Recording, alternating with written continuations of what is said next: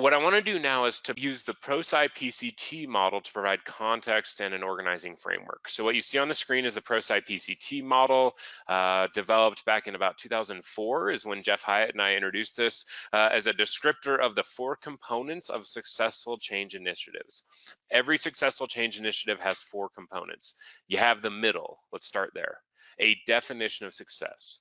We have people and results and outcomes. That's what sits at the middle of the triangle. And we need to clearly articulate what that is. At the top of the triangle, we get direction and guidance for the change. We get the answers for the why, the need for change. We get an articulation of the vision, and that's where we get support through the journey. At the bottom left corner, we get the technical side of change, where we design, develop, and deliver a solution. And the thing about the bottom left corner is we apply structure, intent, processes, and tools. Whether we're using a traditional waterfall approach or iterative agile approaches or whatever the next thing is, the next way to manage at the technical side of a project, we use structure, intent, processes, and tools to make it happen. And then the bottom right corner is the last piece, the people side of change. That employees need to embrace, adopt, and use the change for us to actually get results and outcomes.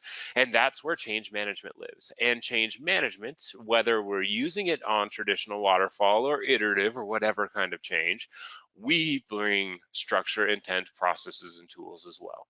So the 4 components of successful initiatives: direction and guidance, the technical side, the people side, and success and people. What are we actually trying to achieve?